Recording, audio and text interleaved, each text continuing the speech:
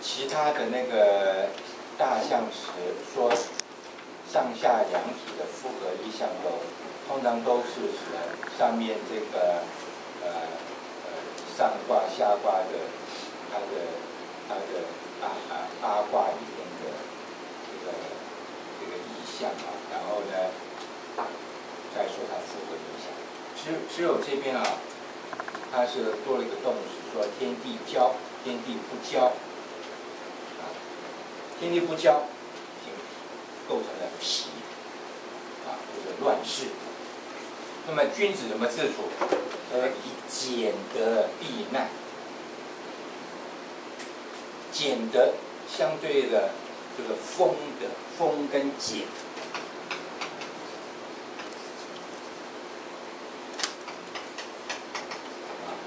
就是丰裕、简约。那什么叫丰德？就是外王的，去成就道德事业的那个德。俭德就是退而回到自己，去做内在心性修养之德，有内圣活动的那个德是反求诸己的这个俭德。也就是说，君子要怎么样呢？要从那个向外去推扩人道的这个形态，要退回来啊，反求诸己。这样以避难，避难并不是说君子怕死，而是第一，这个不是逃命的避，而是反求诸己。免得你因为你自己的一个不知不觉的一个意识形态，或者说是一种观念的偏差，而把这个事情弄坏了，这是对不起良心。所以避难是一个积极意义的避难。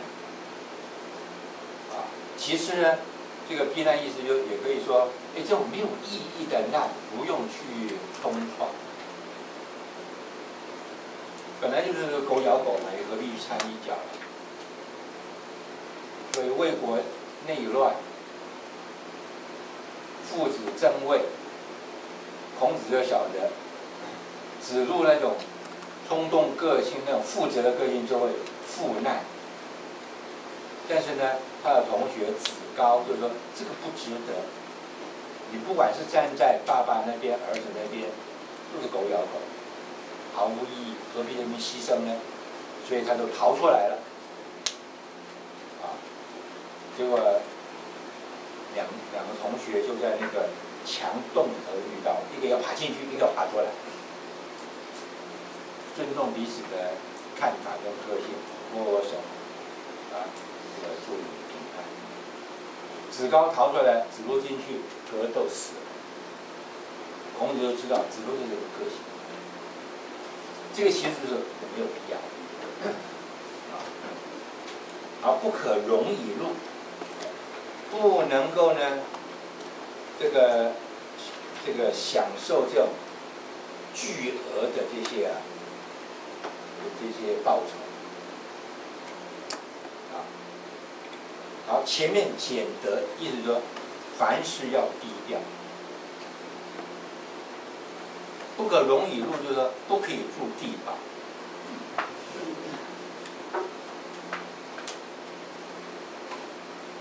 这个在乱世中，你那么荣华富贵，这会遭天忌。说起地堡，我们不免想到小 S。我们搞不清楚小 S 知不知道他先生、他公公那种炒股啊什么。人头买人家的公司啊，然后把那个原始的这个创办人赶出去啊，什么，说不定就是那个原来真的是在做那个汉达人面包的，觉得被欺负了，所以反咬他，说里面有很多色素添加物。那我们就想说，小 S 光是你一个人一年收入超过1亿。还用得着这样吗？如果说他先生也有一个事业理想，认认真真去创了业，当然 OK。可是他现在是无业，他做的是投资，什么投资啊？就是炒股，买空卖空。就算要赚钱，赚得着吗？还不够吗？这个就是会遭天谴，会有教训。对不起啊，以上所说仅供参考，因为我们只看报纸啊，到底小底下是怎样？认真讲，我们不知道啊。我们对所有历史的人物、社会人物的评论都是个假言命题。如果我们所看到的报道是真的，那么是这样。那如果那个报道有问题，那以上所说不能作废啊。我们现在赶快低调一点，就没有录影的，被告这个诽谤。那么就是真的，我们要跟世人同甘共苦。当然我们不必啊刻意弄的是，也不必啊顺其自然。不必去这个刻意的去夸张啊，过豪奢的生活啊。那其实你看那么多人没饭吃。其实我们说整个的西方资本主义的那个大国们都应该有这种同理心。这个世界还有很多地方的人，这个赤贫。这个 M 型社会的两极差异那么严重，这些有钱的这一级的人，不应该心里有点感触？啊，就像什么巴菲特啊，这个微软的那个盖茨啊，是变有2亿人，啊，他会去做捐很多的钱，承诺他的财产99%要捐出来。所以呢，赚了钱应该就关怀社会，啊，社会事业，这个慈善事业，这个才是对的。好，下面6个爻辞啊。那么这个跟那个泰卦是君子乐于去爱小人，小人呢也愿意啊，像那个6五啊，以贤下士啊，接受9二的这种教化，就是好。这边就不是啊，这边就是小人当道啊。别看这个62是得位得中也没用，所以所有的义例都是仅供参考，不能呆板的。好，于是初6，拔毛如以其会，跟太卦的初9一样，太卦初也是拔毛如以其会啊，但是在初9，在那个太卦的初9是征吉，这边却说是贞吉，有什么不同？因为在太卦啊，是因为这个初9的位置是潜藏之位，还没有做好心理准备，要去教化众生行道，还没有准备好行道，只是因为呢92、93要去行道，所以勉励。初6说没关系，你就跟着父兄一起去吧，因为大时代来了。那这边呢，刚好相反，拔毛如以其会也是啊，因为3个连在一块吧，所以前面2个这个一动的时候就联动啊，这个初6也会被联动啊。这个时候他不是说争啊，不是说争啊，争就是前往是吉的，却说是争是吉的。争就是守贞，守住你的自己，守住你什么？你本来就是潜藏之位，也就是说他们去，你不用跟去，你不用跟去，因为他们的前往是小人当道，是排斥君子的，这个你不用回去，你不如守住你的那个位置，你是出爻的，你可以不用去。哎，你不跟着去，反而有可能通，有可能通。为什么呢？他不跟着他们的时候，他就可以上应九四。而且九四本来是一个退爻，有愿乐意来教导初九的意思啊。因此呢，他们在那边，你让他们去旅游在那边，哎，等到附中出门了，后面九四就来。这让我想起一个不是很类似的。当那些什么各大门派在华山论剑的时候啊，只有一个郭襄没兴趣，在他自己房间啊，等一个真正他心目中的英雄来，对不对？前面那些因为华山论剑到了那个时代已经搞臭了，那些什么西域妖僧也跑来了。对不对？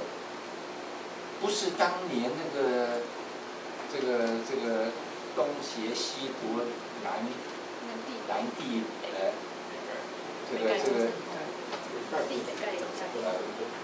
中神通南帝北丐都不是那个大时代了，已经乱七八糟了。所以郭襄冰雪聪明，不去玩那套。啊，他虽然是个小孩，对不对？不跟这边说。别有洞天，是不是？所以呢，这反而有他们之道啊。所以小象就解释了说：“拔毛为什么贞吉？因为志在君也。他别有怀抱，不跟着父兄去胡搞啊。志在君就在上面的山崖。”那么这边啊，就是我们的易经的作者，虽然在乱世啊，还是给人余地，给人一个同理。如果你能怎样，你也可以呢，不必啊一起的被拖下去啊。所以就给这个初六啊一个余地。好，92，包成，小人吉，大人否。亨。象曰：大人体亨，不乱群也。包成啊，包一方面是中位都称包，不过并不是称包都是中位。像那个六山也说包修啊，说包啊，一方面是中位，一方面呢，那个包啊就有那种包裹，但是也有呢，包裹就是小心翼翼嘛。啊，但同时它也有那个，就是小心翼翼去讨好的。啊，这边的包成就有这个意思啊，因为它跟九五应啊，它也会小心翼翼讨好九五，所以它用成。啊，这个是什么意思呢？你不是说小人当道吗？不是说排斥君子吗？为什么要奉承君子呢？这边啊，也可以说是小人是排斥君子啊，其实是不合天理。所以他的排斥是为了个私欲。可是啊，甚至是你的私欲，要能够真正的能够实现啊。还是要靠君子的帮忙，所以他也不得不这个假意去讨好称赞那些君子，好让君子为他所用。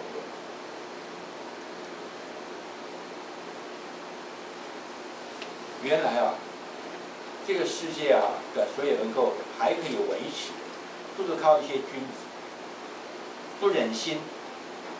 这个人民在那边流离失所，所以呢，那你怎么办呢？你还是只好参加这个恶劣的政府嘛，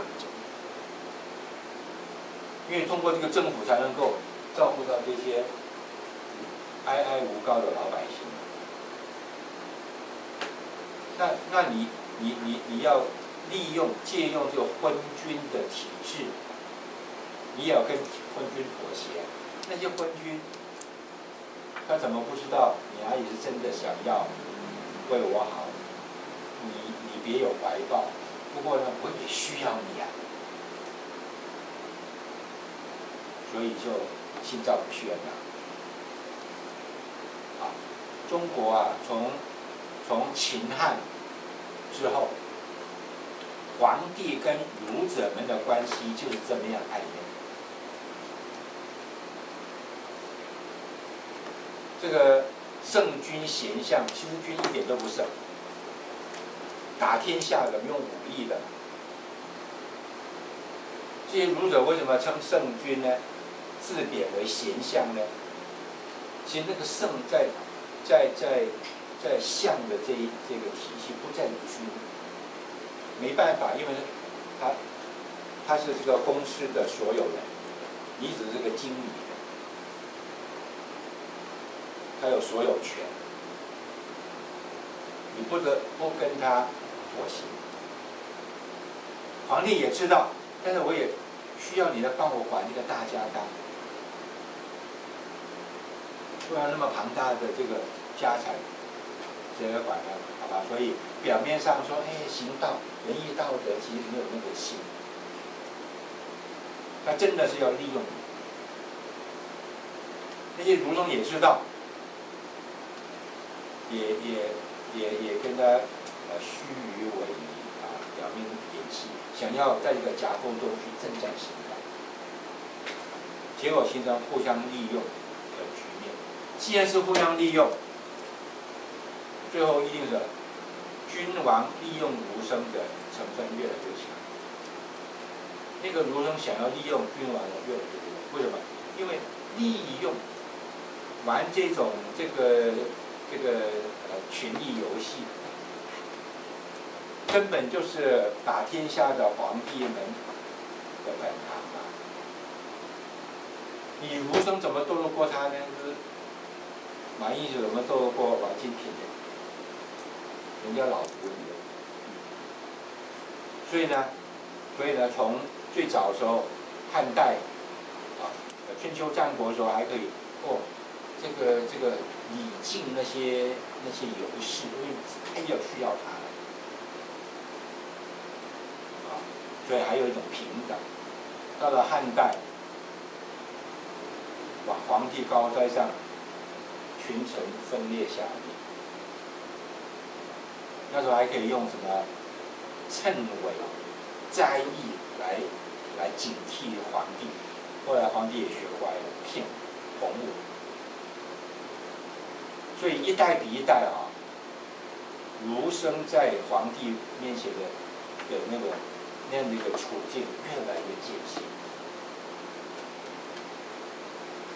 啊，所以到后来就玩不下去了，必须要有一个国人革命，把整个体制改，是不是？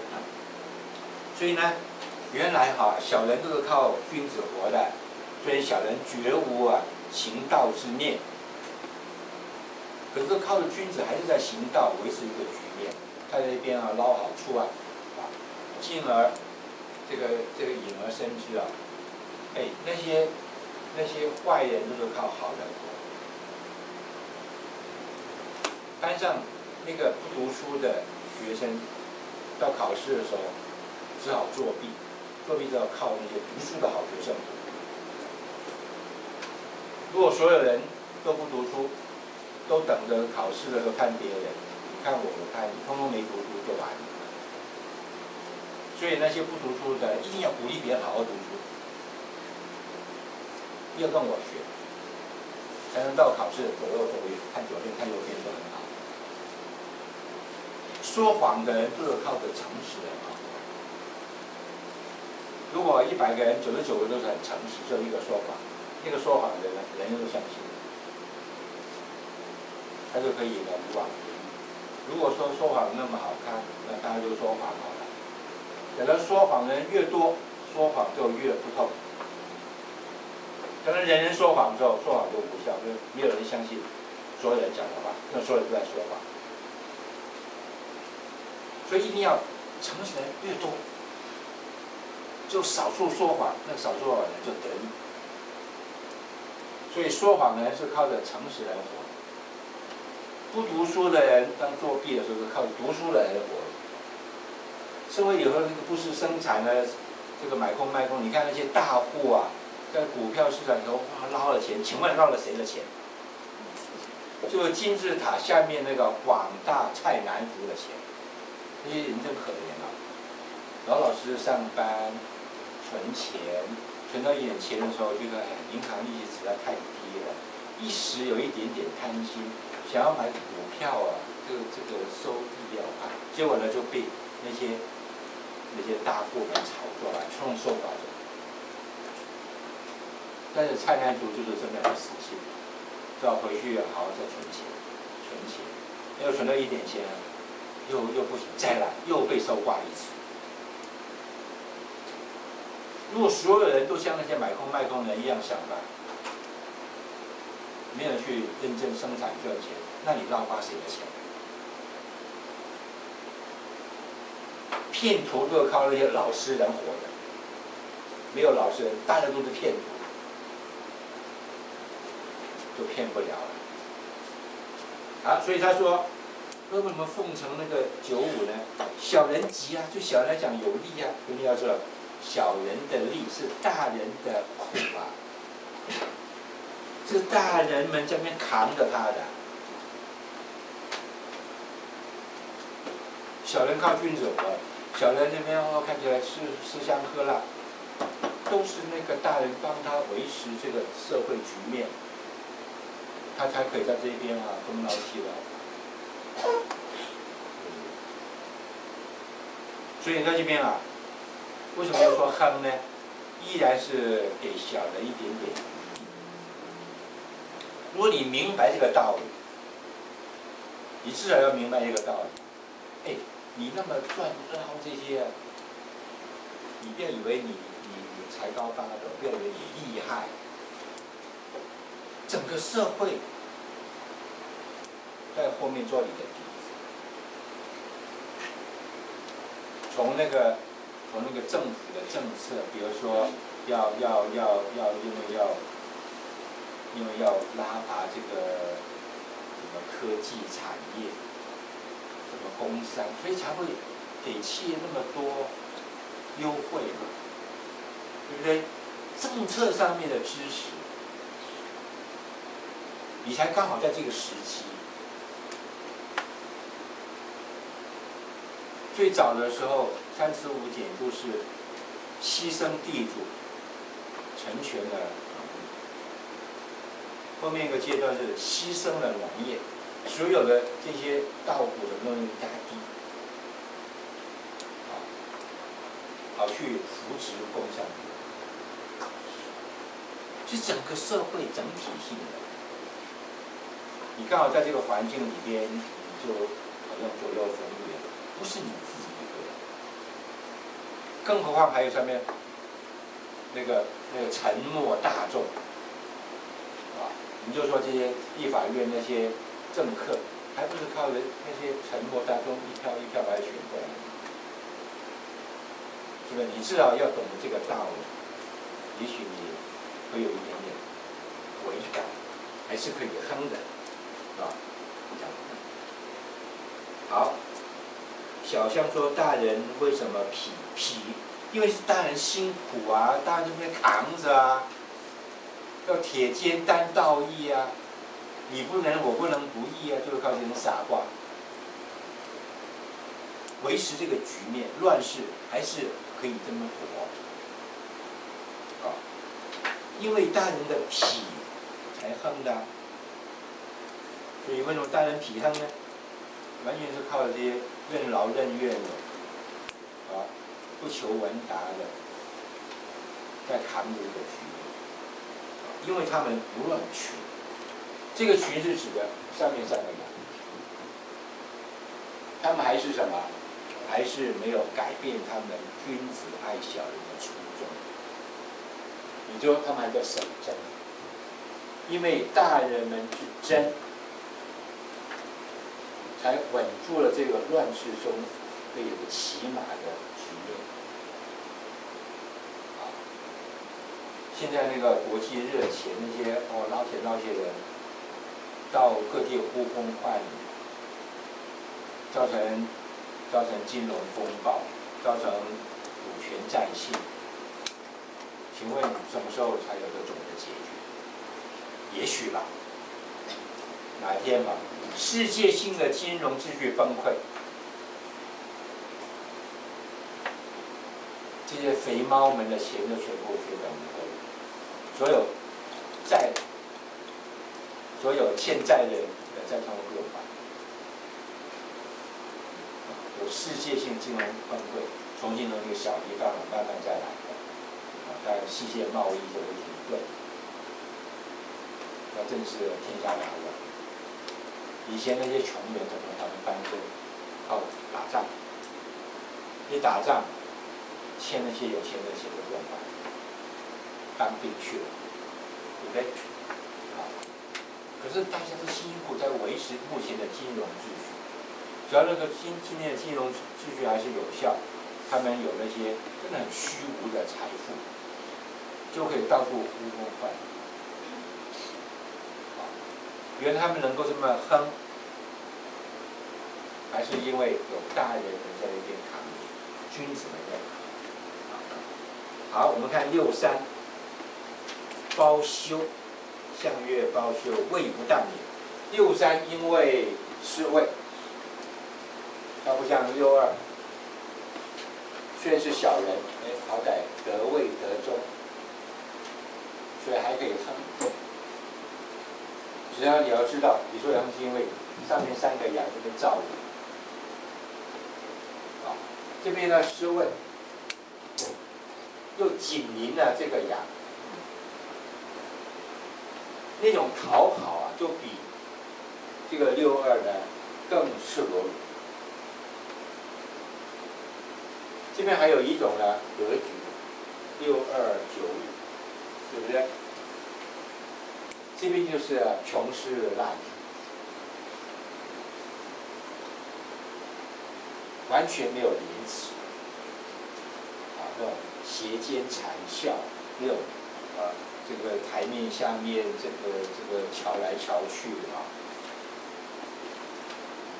所以这是可羞的啊。这个以柔媚刚，讨好，不以道互动，那叫天地交。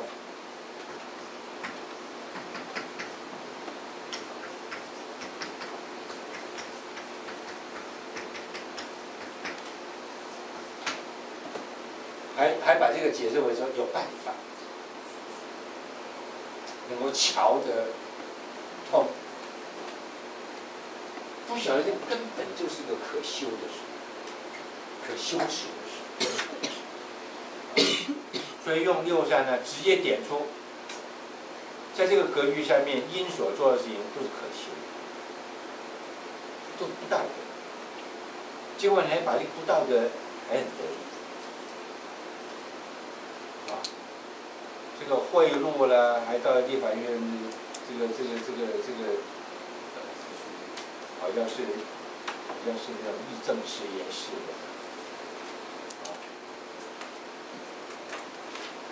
当然了，那个检察长，他也不晓得，他有问题，我们监听有这么多瑕疵。可是你当庭就说你死了，这个以那个可羞的行为还自以为对，就是不知羞耻。好，下面那些因是这个样子，一个比一个差，62比初6差，63比62差，那阳要怎么办？这个时候呢，我们就以呢95为中心，下面有9事，上面有上9。9事说有命无咎，仇离止。象曰：有命无咎，至行也。有命有谁的命？有95之命，所以无咎。那意思说，本来似乎有咎呢？请问有什么咎？就因为9事要抚顺初6，要去照顾初6，哎，这不是个乱集团吗？你还要去教他，那什么意思啊？这个我想起《论语》有“互相难语也”，互相就是互相乱集团。童子献一个初6。去求见9事，孔子就接见，结果门人惑，这个地方你怎么跟他见面呢？不有失身份啊？或者说不必呀，众生平等啊，与其进啊，不与其退呀。一个人有心要上进，有没有给他机会？所以因为6事啊，去抚顺初6这个乱集团，会被怀疑为说这个合理吗？这个对吗？他并没有经过正规的你要来求学，你要来考试，入学了要学我的课，要来教，没有经过这种程序你就是花很多时间。去教他，去陪他，还不拿钱。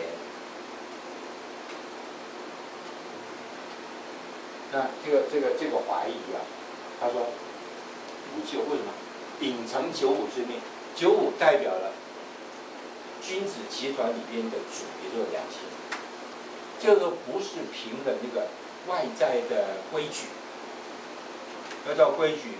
通通都不合，所以这个时候就拼了良心。为什么你去做什么呢？去做君子爱小人者爱人，因为他仇，这个仇就是你可以写成人这边了，仇就是批，就是爱，指的谁呢？就指的初6。因为他跟他相应，同那个位置，他让跟他有缘，佛度有缘人嘛，刚好这是一个有缘人让他什么呢？离就是利嘛，离卦就是利呀，就是附着就是沾附能够得到什么福佑？因为它是出自于一个正大光明的爱人之心，让虽然是乱集团，他好歹是个小孩，可以得到呢好的启发，让他能够呢这个能够获得这个好的这种感，能够获得人生的福佑。有什么关系呢？象曰：有命无咎，因为至行这个是谁的至？前阳之至，大人之至，就是天理良心的本性本愿。好，95修脾，大人吉，其亡，细履包山。象曰：大人之吉，谓正当。修脾就是修安安于脾。安于脾就是说，这个君子无入而不自得，既来之则安之。既然在这个乱世，你也不想逃离，在乱世中，我们也随时可以有呢君子自处之道。啊，好，这是对于大人的急，这个急是指的，你了解这个乱世，你就找到在乱世中守贞之道，对是急。这个急不是外王意义的急，无道大行之急，而是呢能够反求诸己，守贞而待时。不过，这个是严苛的考验，在乱世中能够守身，守你内在的良心，